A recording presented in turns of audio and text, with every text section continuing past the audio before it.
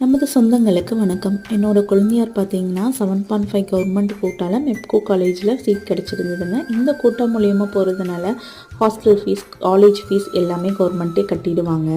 ஒரு குட்டி கிராமத்துலேருந்து கவர்மெண்ட் ஸ்கூலில் படிச்சுட்டு 7.5 கோட்டாவில் வந்து இவ்வளோ தூரம் அவங்க வந்திருக்கிறதே பெரிய விஷயம். ஃபேமிலியில் எல்லாருக்குமே சந்தோஷமாக இருந்ததுங்க. சரின்னு காலேஜில் போய் அட்மிஷன் போட்டு அப்படியே ஹாஸ்டலுமே பார்க்க போயிட்டோம். ரிவ்யூஸ்லாம் பார்த்திங்கன்னா இந்த காலேஜ் ஜெயில் மாதிரி இருக்கும், ரொம்ப ஸ்ட்ரிக்ட் அப்படின்னு போட்டிருந்தாங்க. ஆனால் இப்போ இருக்க காலகட்டத்தில் இந்த மாதிரி காலேஜ் பார்க்குறது கொஞ்சம் ரேர் தாங்க. இங்கே வந்து எஜுகேஷனுக்கு நல்லா இம்பார்ட்டன்ட் கொடுக்குறாங்க. அதை விட பிளேஸ்மெண்ட்டு சூப்பராக இருக்குங்க. என்ன கொஞ்சம் ஸ்ட்ரிக்ட், மொபைல் நாட் அலவுட், ரொம்ப டிசிப்ளினாக இருக்கணும், அதெல்லாம் தேவைப்படுற விஷயம்தான்.